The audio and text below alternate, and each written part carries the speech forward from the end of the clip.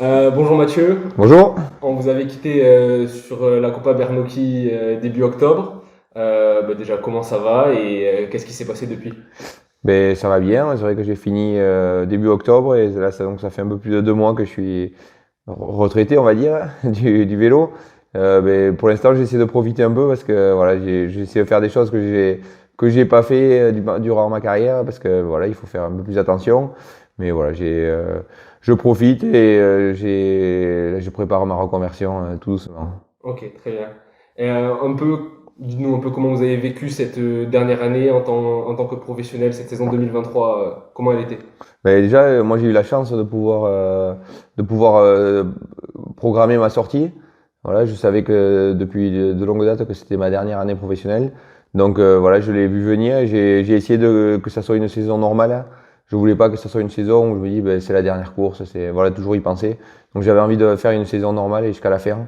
Donc voilà, c'est ce qui s'est fait et je suis content que ça se soit déroulé pareil. J'ai pris quand même du plaisir cette dernière année, donc c'est le principal aussi. J'avais pas justement pas envie de finir ma carrière en étant écœuré du vélo et en n'ayant plus envie de voir mon vélo. Ouais. Comment cette décision elle s'est prise d'arrêter la carrière et quand est-ce que c'est prise aussi? Ça s'est pris il y a un peu plus de 2 ans. Voilà, ben après c'est moi, c'est ma famille. Voilà, j'ai 2 enfants, dont un qui va faire 15 ans l'année prochaine. Donc voilà, j'ai envie de le voir grandir un peu, même si voilà, il est plus près de la majorité donc il est en pleine adolescence. Mais voilà, on voit déjà 18 ans, je trouve que c'est une belle carrière.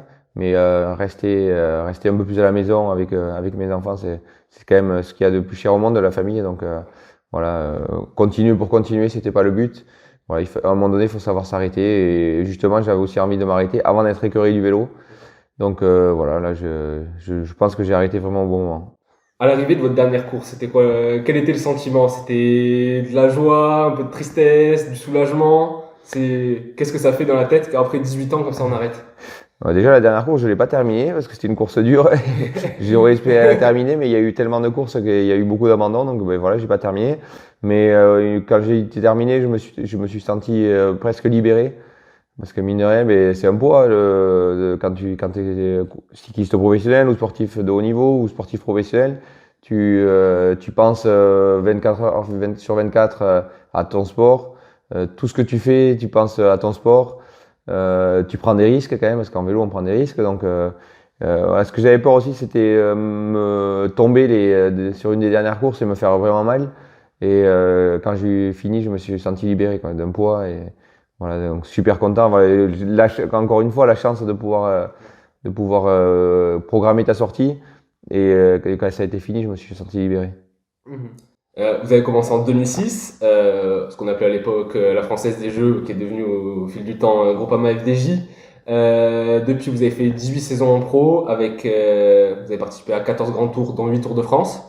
Il y a aussi 11 victoires, parmi elles, on note les 4 jours de Dunkerque, les boucles de l'Aune ou encore la Polynormande. Euh, si vous devez retenir qu'une seule course, que ce soit une victoire ou non, à laquelle ça serait? Paris-Roubaix. Ouais. Parce que voilà, Paris-Roubaix, c'était la course que j'adorais, mais c'était ma course préférée. J'ai dû la faire 12 fois, je pense. Et j'ai eu des bons moments comme des mauvais moments sur Paris-Roubaix. Donc c'est la seule des classiques où j'ai pas fait un top 10. Pourtant, c'est celle que je préférais. Et une année, j'aurais dû faire podium. Enfin, en tout cas, j'étais en passe d'arriver pour la deuxième place. Et je crève à 10 km de l'arrivée ou 12 km. Voilà, donc grosse déception, mais voilà, c'est une course qui m'a toujours plu. Au long de votre carrière, vous avez quand même connu en 20 ans presque plusieurs périodes du cyclisme, avec bon, la fin des années 2000, début d'année 2010, etc. Euh, Comment est-ce que le cyclisme a évolué quels sont les changements majeurs qu'il y a eu au cours de ces 20 années? Bah, il y a eu beaucoup de, il y a eu beaucoup de changements en fait. Rien que je peux pas prendre mon équipe. Quand je suis arrivé, on était petite vingtaine de coureurs. Maintenant, on est 30 coureurs, plus la Continentale, 12 coureurs, donc ça fait 45 coureurs quasiment. On devait être dans l'équipe, on devait être 40 employés. Maintenant, il y a plus de 100 employés dans l'équipe. Donc, à tous les niveaux, ça a changé. Et, tous les ans, il y a des nouveaux personnages qui arrivent, des nouveaux métiers dans le vélo. Voilà, et ça évolue. Ça fait, voilà, on est passé d'une petite équipe à des équipes, enfin, une équipe énorme, enfin, la FDJ ou la Groupama FDJ, mais comme d'autres équipes. Hein. Mais tout le monde a su évoluer, tout le monde a, voilà, ça, tout a changé dans le vélo. Oui, tout a grandi. Ah, tout a énormément grandi. Ouais, ouais. Voilà. Le vélo a évolué et votre rôle aussi. Vous avez commencé, vous étiez plus un sprinter, classic man, capable de briller aussi sur les terrains un peu vallonnés. Puis vous êtes devenu au fur et à mesure de votre carrière un vrai capitaine de route. Euh, Expliquez-nous un peu ce changement, comment ça s'est fait? Mais en fait, ouais, j'étais plus un coureur je faisais la piste déjà avant mes premières années pro. Et notamment, j'ai fait les JO. Et après, voilà, j'ai aimé les classiques, justement, ben, Tour des Flandres, Paris-Roubaix, tous les classiques flandriennes du Nord. Et au bout de 12 ans, j'en avais marre de faire toujours les mêmes courses, ou même 10 ans. Et parce que tu fais toujours le même programme, l'entraînement c'est le même, voilà, tu te prépares toujours pareil. Donc j'avais envie un peu de changement et j'ai demandé à l'équipe d'accompagner un peu plus les coureurs de grand tour ou les coureurs ou les grimpeurs pour faire le boulot voilà, au pied d'école ou sur le plat. Et voilà, ça s'est fait progressivement avec Thibaut. Et après, ben, j'ai complètement changé de métier quoi, dans mon sport.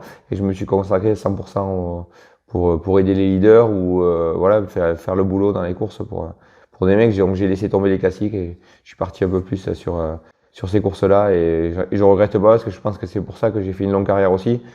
Le fait d'avoir changé, je pense que voilà, la lassitude et la routine, c'est cassé et j'ai pu continuer voilà, un peu plus longtemps. Ouais. Il y a bien sûr quelque chose qui est marquant dans votre carrière, c'est que vous êtes resté les 18 années avec Française des Jeux puis Groupama FDJ. En 2023, c'est d'ailleurs le deuxième coureur avec la plus grosse longévité dans une seule équipe, juste derrière Viti qui était chez Movistar, qui était à 19 saisons. Pourquoi ce choix d'être resté chez Groupama FDJ?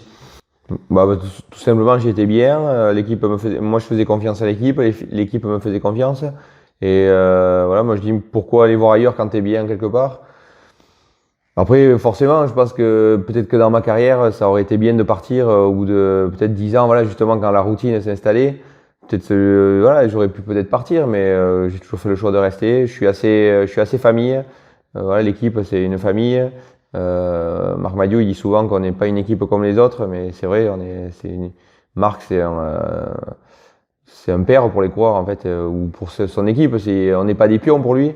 Et voilà, j'ai toujours apprécié ça. Par rapport au renouvellement de contrat, ça s'est fait toujours assez tôt.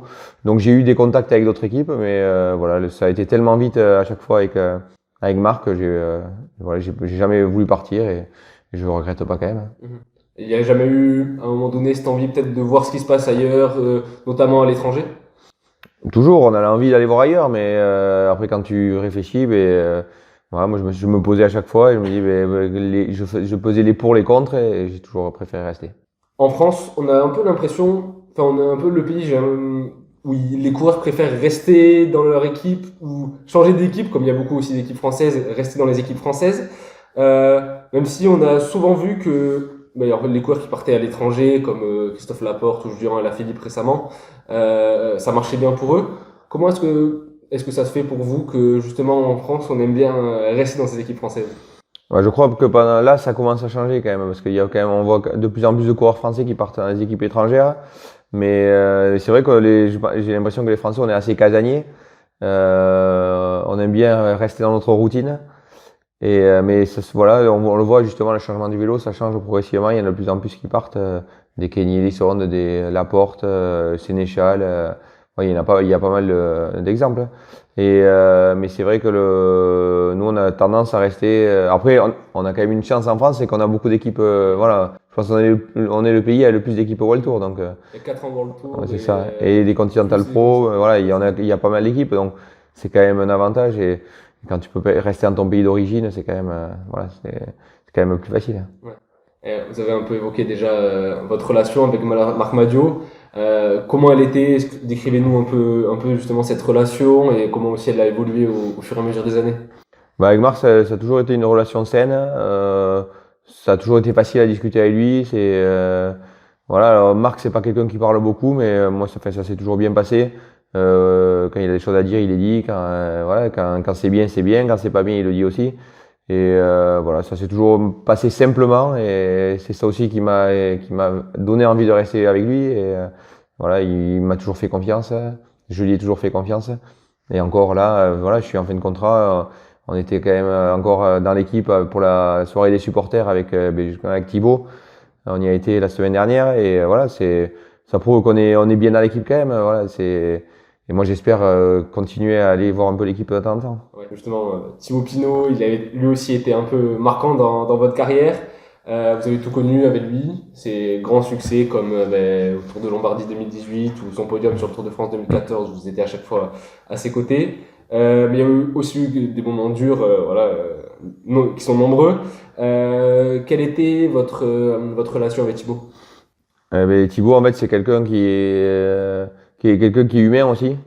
C'est pas un leader. Oui, c'est un leader, mais c'est pas. Voilà, c'est quelqu'un qui a besoin d'avoir autour de lui des gens qu'il aime, des gens qu'il apprécie. C'est pas. Voilà, il cherchait pas à avoir les plus forts autour de lui. Il cherchait à avoir une équipe, on va dire, ouais, familiale. Voilà, des gens avec qui il s'entend et avec qui il a des super relations. Lui, il fallait rigoler en dehors du vélo parce que voilà, c'est quelqu'un il a des objectifs, mais il reste pas focus 100% et tout le temps sur ses objectifs. Avec Thibaut, ça s'est toujours bien passé. Voilà, on a connu des très bons moments, on a connu des très mauvais moments. Très mauvais, mais bon, ça fait partie aussi du sport et c'est aussi ça qui a fait aimer Thibaut au grand public parce que s'il avait été tout le temps bon, je suis pas sûr que Thibaut aurait eu autant de fans. Oui, en France Ouais, surtout, c'est c'est ça. sûr que non. Donc non, voilà, Thibaut c'est c'est un être humain normal, c'est un champion parce qu'il a quand même prouvé que voilà, ce qu'il a fait, c'est pas donné à tout le monde, mais il a tout le temps su rester simple rester autour de nous. Voilà, c'est un ami. Thibaut, c'est un ami. Ouais. Bon, on a déjà dû vous poser la question de nombreuses fois, mais je suis obligé de la poser. Est-ce que sur le Tour de France 2019, vu de l'intérieur, est-ce que vous avez vraiment cru à sa victoire finale? Oui, forcément. Quand il gagne au Tourmalet, voilà, c'était le plus fort, clairement. Dans les Pyrénées, c'était le plus fort. Et oui, on n'en parlait pas parce que voilà, justement, Thibaut, on n'avait pas envie de lui mettre plus de pression. Mais lui, intérieurement, je pense, et nous, entre coéquipiers, on pensait voilà, qu'on était en passe de gagner le Tour. Après, voilà, on sait ce que c'est le Tour de France aussi. À tout moment, ça peut s'arrêter, une chute. Il peut y avoir n'importe quoi. Et justement, c'était le plus fort, mais il a eu un problème. Donc, voilà. Mais clairement, c'était le plus fort. Et Bernal l'a clairement dit que Oui. si Thibaut n'avait pas eu son problème, c'est lui qui gagnait le Tour. Mais voilà, il n'a pas gagné. Ça fait partie aussi de ces moments qui l'ont fait être apprécié du public. Cette année, il y a eu une véritable page qui se tourne chez Groupama FDJ. C'est, on peut le dire, la fin d'une ère avec votre départ, mais aussi celui de Thibaut, d'Arnaud en cours d'année. Qu'est-ce que vous retenez de cette génération dorée chez Groupama FDJ? Il y a eu des gros résultats avec 2 monuments, mais aussi des belles victoires sur des grands tours, un podium du Tour. Ouais, déjà, qu'est-ce que vous retenez? Et est-ce qu'il n'y a pas quelques regrets de ne pas avoir été un peu plus loin? En fait, ouais, l'équipe, c'est vrai que là, c'est un gros tournant. L'équipe va changer clairement de tête. Quand tu enlèves Arnaud Demar, Thibaut Pinot, les anciens, voilà, en 3-4 ans, il y a beaucoup de monde qui est parti. Mais ce qui est bien, c'est que je pense que les dernières années, on a su faire évoluer nos jeunes. Il y a beaucoup de jeunes qui ont du talent, donc je pense que voilà, ils vont garder la barre. Mais bon, voilà, c'est comme ça. Il faut aller avec son temps, il faut évoluer. Et je pense que voilà, c'est cette année 2023 clairement le gros tournant de l'équipe. C'est vrai que ça va changer complètement. Mais voilà, ça, je pense que ils vont s'en sortir et on a confiance en eux. Ouais. On a eu Marc Madiou il y a quelques semaines de ça. Il nous l'a dit, c'est un peu la fin de l'ère Pinot démarre et maintenant on rentre dans l'ère Gaudu Madoise qui arrive dans la force de l'âge, pardon. Est-ce qu'ils peuvent, à votre avis, accomplir autant que ce que vous avez fait? Bah oui, oui, ils peuvent. Après, il y a pas que il y a Godu, il y a Madoise, mais il y a aussi Martinez. Oui, c'est encore la génération. Voilà, il y en a encore qui ont du talent. Il y a Romain Grégoire, franchement, il y a pas mal de jeunes qui ont beaucoup de talent. Après, je leur souhaite de faire aussi bien que Thibaut. Avoir autant de notoriété que Thibaut, ça sera compliqué. Parce que Thibaut, c'est Thibaut. Je pense que dans le vélo, en français, il n'y en a pas beaucoup qui ont eu autant de notoriété. Même à la Philippe, je pense que c'est différent encore que Thibaut. Oui, il y a eu du Virenque à l'époque, mais ces dernières années, ça fait longtemps qu'on n'a pas vu quelqu'un avec autant de notoriété. Donc ça sera difficile pour eux d'avoir la même notoriété. Et j'espère qu'ils auront au moins le même palmarès que Thibaut. Vous avez couru justement un peu avec eux, les tout jeunes de la Groupama FDJ, donc Romain Grégoire, Lenny Martinez ou Paul Pénoé, qui viennent juste d'arriver, hein, c'était leur première saison. Est-ce qu'ils vous ont un peu impressionné et jusqu'où ils peuvent aller? Les jeunes, il n'y a pas qu'eux qui m'impressionnent, il y a tous les jeunes qui arrivent dans toutes les équipes qui sont quand même impressionnants. Ils ont 18, 19 ans, 20 ans. Et c'est des mecs qui sont capables de gagner en World Tour dès les premières années. Bon, ils n'ont pas gagné en World Tour, mais ils ont gagné des belles courses. Et je pense que dès l'année prochaine, ils ont le potentiel de gagner sur des grands tours, sur des belles courses. Mais c'est vrai que les jeunes, moi je suis arrivé dans une génération où les jeunes on te freinait et on te disait mais la force de l'âge c'est à 28 ans, t'as 7 ou 8 ans pour arriver au plus haut niveau. Maintenant les jeunes ils sont au plus haut niveau direct. Après je pense pas qu'ils feront des carrières aussi longues que nous. Voilà, ils gagneront des courses d'emblée mais ils l'ont fait, ils ont tous gagné des courses. Pas des World Tour encore, mais bon, ils ont quand même gagné des belles courses. Et je pense que ces jeunes, ils ont tous du talent, mais ça, c'est des Evenepoel qui ont amené ça, Van Der Poel, voilà, c'est des mecs qui sont arrivés jeunes et qui ont gagné d'entrée. Et voilà, voilà, le cyclisme évolue et avant, on disait que la force de l'âge, c'était 28 ans, maintenant, mais 20 ans, il faut que tu gagnes, quoi. Ouais. Donc, voilà, non, ils ont du talent. Après, je pense que certains sont pas encore assez matures mentalement. Voilà, il faut qu'ils évoluent mentalement. Enfin, ils évoluent, après, c'est leur âge. Hein. Mais, parce qu'à 18 ans, mais t'es encore jeune dans la tête. Hein. Donc, je pense que voilà, il y a encore une évolution à faire à ce niveau-là pour certains. Mais certains, par exemple, Romain Grégoire, mentalement, il est déjà prêt. Donc, non, c'est des mecs, ça impressionne quand même de voir des jeunes comme ça arriver et évoluer si vite. Oui, il y a vraiment un grand changement par rapport à vos débuts, c'est ça? Ah oui, nous, quand tu gagnais une course de temps en temps, voilà, c'était bien quand tu étais jeune, mais voilà, clairement, on n'arrivait pas aussi près que. Après, voilà, comme tout a évolué. Hein. Oui. On a fait un petit retour sur votre carrière. Expliquez-nous maintenant un peu quels sont vos projets justement de jeunes retraités sportifs. Voilà, donc comme j'ai dit, je profite un peu parce que voilà, ça fait 18 ans que je suis professionnel. Pour la première fois, donc le 12 décembre, c'était mon anniversaire. C'est la première fois en 19 ans que j'étais chez moi. Donc d'habitude, j'étais tout le temps en stage. Donc voilà, déjà ça c'est une nouvelle, c'est nouveau. Mais voilà, donc je profite un peu et donc là, j'ai passé des permis super lourd, permis de transport en commun que je vais passer là prochainement. Et ensuite, j'aimerais être pompier professionnel. Voilà, donc j'ai fait aucune démarche encore. Je me laisse jusqu'en début d'année 2024. Et voilà, j'essaie de profiter un peu. Mais voilà, c'est ça, c'est un peu ce dont là où j'aimerais arriver. Voilà, être pompier professionnel. C'était un rêve de gamin.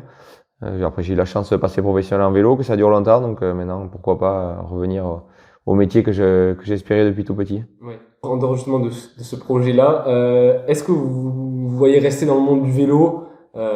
Pourquoi pas directeur sportif chez la Groupama FDJ? Est-ce que c'est dans les petits papiers ou pas du tout? Non, pour l'instant, non. C'était clairement ce que si j'ai arrêté ma carrière aussi, c'est pour, comme je disais, pour être un peu plus avec ma famille. Et quand tu es directeur sportif ou quand tu travailles dans une équipe, t'es peut-être même plus parti que les coureurs. Donc pour l'instant, non, c'est vraiment pas dans ma tête. Alors peut-être que venir dans l'équipe pour de temps en temps pour faire des piges ou des trucs comme ça pour garder un pied dans le milieu, ça j'ai envie. Mais voilà, que ce soit occasionnel et pas partir sur un grand tour, pas voilà. Mais garder un pied dans le milieu, c'est ma passion. Ça a été mon métier, mais c'est avant tout ma passion. L'équipe, c'est ma famille. Donc voilà, j'ai envie de garder un pied dans l'équipe, mais pas toute l'année. Bon, pour finir, qu'est-ce qu'on peut vous souhaiter pour la suite, ces prochains mois? Ben, le meilleur, que tout aille bien, la santé surtout, ça c'est principal. Mais voilà, non, j'espère voilà, que mentalement ça va bien se passer parce qu'on sait que là tout se passe bien, mais on sait que voilà, les sportifs de haut niveau, c'est pas si facile l'arrêt d'une carrière. Même si tu l'as préparé, même si tu avais envie d'arrêter, voilà, à un moment donné, on fait un truc exceptionnel quand même. C'est pas un métier comme les autres. Euh, donc j'espère que mentalement ça va super bien se passer, et, comme maintenant, que je sois toujours heureux et voilà que j'arrive à accomplir mon rêve de sapeur-pompier professionnel. Ben, très bien. Ben, merci beaucoup d'avoir accordé cette interview à Cyclisme Actu et de Merci, nous avoir accueillis chez vous. ben, avec plaisir. Et Merci à voilà, vous. merci. Merci.